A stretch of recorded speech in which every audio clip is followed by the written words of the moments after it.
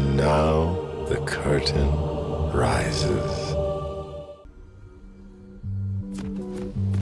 Alright everyone, this is Tack the Mac. We're doing something a little bit different today. We're going into a Zed mid matchup we had at the end of stream yesterday. I kind of wanted to break down what was going on, what I did. So I actually went Fleet Footwork with Resolve. I went just our standard Fleet Footwork stuff with a Bone Plating and Overgrowth. That way we get a little bit of tanky stats and some anti-burst for the actual laning phase. And then from there, we kind of just snowball out into our crit. But we'll kind of go into what's going on. Speed up to where we're actually in the laning phase. We kind of just do like this janky 5-point thing you get in low elo where I'm sitting at right now.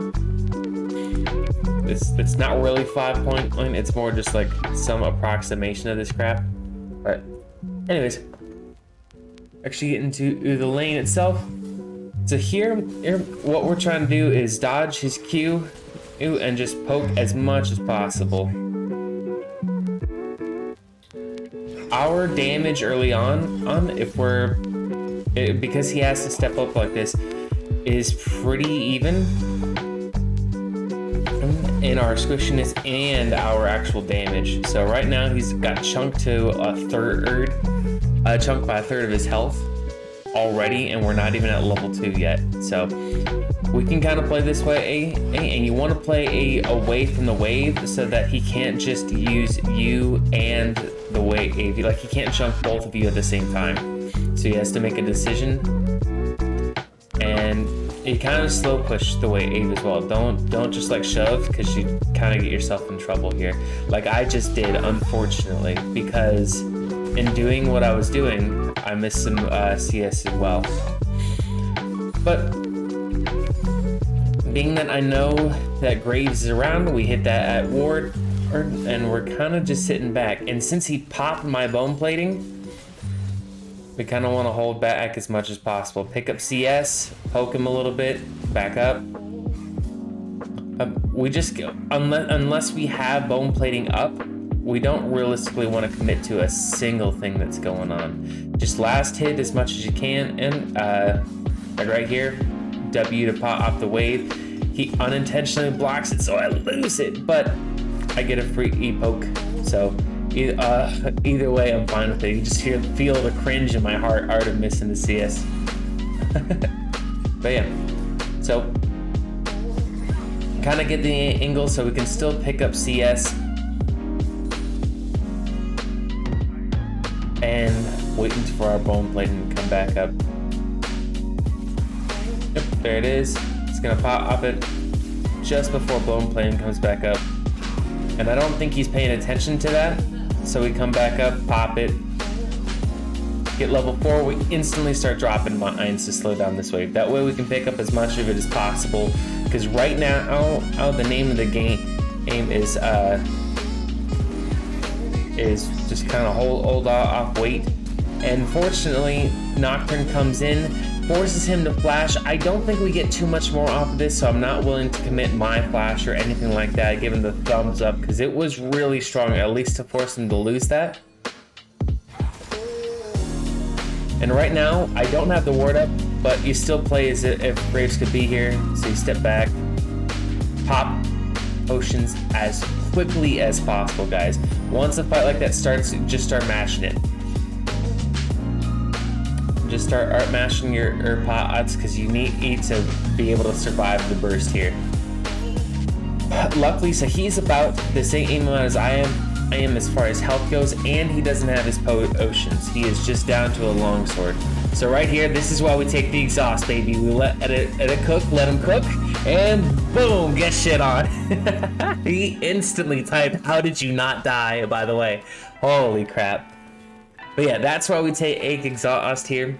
Is that the moment he tries to all in at about like a third health, he dies for it every time.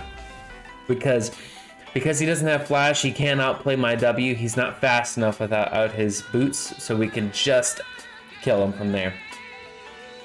So right here, what we're doing is we actually rush our plated steel caps and more armor. because unfortunately the way Zed is as a champion, same with Aurelia and Kiana, they have skill shots, and I put them in quotation marks to a certain extent because the real big problem with them is that once they're actually all-inning you, they're no longer skill shots. They are on top of you, and it's almost impossible for them to miss unless they're actually trolling the fight. And you start dropping mines at this range because you can make him want to step up into them, force him to try to either get them to commit, so he loses a little bit of CS. I actually had the lead, so I don't mind him doing that because we got that free solo kill. We just got a lot off of it, and we got to use it. So even though he got to proc it, like we are still at a range of health where our fleet footwork is just going to give us all of our health back. We don't really care about these trades. The issue is that I kind of trolled the CSing there, and we did lose a good chunk of it, but it's okay. Pop a ocean while the wave is resetting, because even though we're ahead, he can still beat us out. And I know that Graves is topside. I didn't really have too much of an idea. I just knew just by the timing that Graves would be topside. I just can't realistically play to as if he's not there. Oh, just barely miss it because I wanted to try. I wanted to make sure that we could get that point there. Yep, there it is. And again, even on the all-in, we have bone plating and we have so much armor. Like, it's fine. That's how we play this matchup, guys. Is that he's basically, despite him being an assassin, he's like a mid lane Garen. He's just stat checking you. Everything else is whatever. Everything else is fine. But he's just stat checking you. So you kind of gotta play like that's what's going on. All right, I don't know this, but I see the back starting to happen. It's kind of early for that, so I kind of just sit back, match the wave, trade for trade. The unfortunate part is that Nocturne trolled his clear, and he made it very apparent that where he was at, because you could see his I think it's his Q come through the wall, and I know that Zed could see that. So yeah, and then he drops a ward almost immediately after. But no, we just kind of stick to Ura playing and play aids of bone plating, dodge Qs, and kind of sit with it. I mean, right now, we just have so much armor that it's a real issue for him to fight through it all. Like, even though we don't have any damage items, our fourth shot, if he doesn't have any sustain, will inevitably kill him. And we're just trying to keep him in lane and keep the CS lead as much as possible. Just don't lose XP in this matchup, because again, we're building armor, but if we're not pressuring any damage, like kills or anything like that, it can be real difficult. Yeah, we missed the cannon, which is real unfortunate, but it's okay. We still got the CS lead. We're still playing in and have a raw outplay here, but I just don't have mana. Still can't commit to realistically anything. I just don't have the mana. I don't have the damage just yet to actually commit to doing a lot here, which is unfortunate. But homeboy did not outlearn his lesson. Since we have exhaust, we do not die. And realistically, it just means that we're good, because he could have shoved that wave. But I don't know why Nami's here, but Nami's been making plays all day, and we're going to talk about one of them a little bit later, but I kind of just want to go through the laning phase in here because it's the actual issue with this kind of matchup. So right about now, he doesn't really have anything going on. We're 10 minutes in. I got a stopwatch and I got a chain vest, so I'm actually blocking 54% physical damage, which is huge in this game, but it's huge in just the Zed matchup in general. You want to make sure that you can actually essentially just deal with any all-ins that they might have. Any kind of aggression that's going on, you want to make sure that you can do something about them. Now, I push up and draw up a trap because I'm planning on moving out, and I've been hanging back pretty consistently all game, so he won't really notice until I'm already there. Which he's still sitting in mid lane. He doesn't even know where I'm at just yet, so we're just trying to chip him down, and we don't have a lot of damage to realistically do a lot here, but unfortunately we see all three of them come in. Pop a stopwatch, start stepping back because they can't dive you, so we just start picking them off.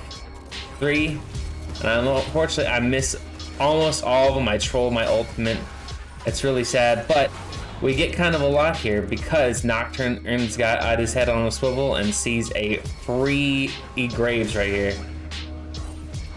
Yep. I mean,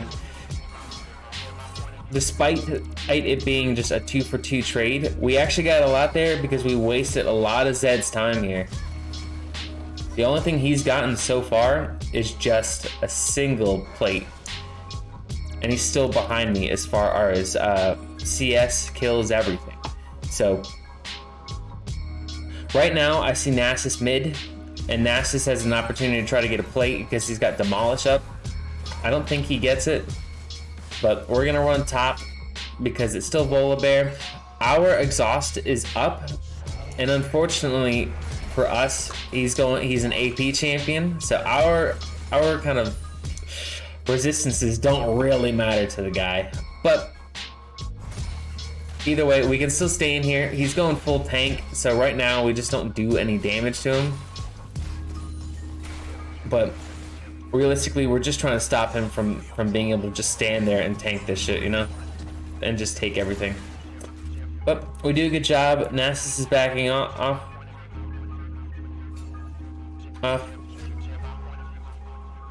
Volibear's question marking where I'm at because I'm not stepping up to the wave. See, this is what kind of happens is people think that you're kind of cocky. They try to cheese you because it's realistically the only way you're going to die to these people. So just kind of play A to that action. So right here, unfortunately, because of unfortunately, because of the way a GA is, which is our first actual buy, sometimes you get fucked and have like, I think I have 1,000 gold in my pocket. I forget how to look, but yeah. Right now, we're backing because I don't know where Zed is. I don't know where Graves is. I don't know where realistically anybody other than Volibear is on the map. I can't be super sure, and since I don't have GA yet, I don't want to stay. We lost our stopwatch. We had such an odd amount of gold that staying in just was not a viable option for us. Luckily, they had a really good fight top lane that pulled Zed away. And you'll see kind of where I'm sitting at, which is I just need like 100 gold, which sucks. And it's probably a misplay of what I did. But the good part is that with him getting pulled away, and he got a single kill just now. We kind of drop a couple things and realize, hey, we have enough. It'd be 1v2, and I still am not strong enough to deal with it. So we go back, get our GA, and from here on out, I think we die once the entire game. So we're kind of freaking huge. But it's kind of, I conclude it's a lane for the most part. Realistically, if you play with these two, Zed will find it really hard if you're playing correctly to actually kill you, and that's actually the most important part of this lane. You're a very strong champion. Later on, you will outscale Zed as long as we go for something. Just remember, whenever Zed tries to leave, because he eventually will, because he's not gonna kill you. He's gonna try to kill someone. So you need to be very intentional about telling people where he's going when he leaves. Just make sure that you're stay on that path, because if you don't, Zed won't be your problem, but he'll be somebody else's. Alright, and just to close this out, I wanted to talk about how strong this Nami's play was. This is the moment that I knew that she was just a playmaker all game, was every interaction she was there with me. We just get some really strong play from her. Got my exhaust us into this, and she's just slowly body blocking for me and holding it down. Letting me kite it out, body blocking over and over again.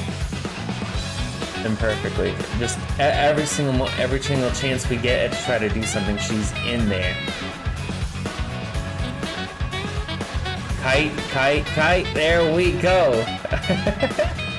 Oh my gosh, this Nami has saved every major play, and it was all stuff like that. I was thinking, Nami, you're a god, and she made this game so much fun. So, Nami, if you see this, you're incredible.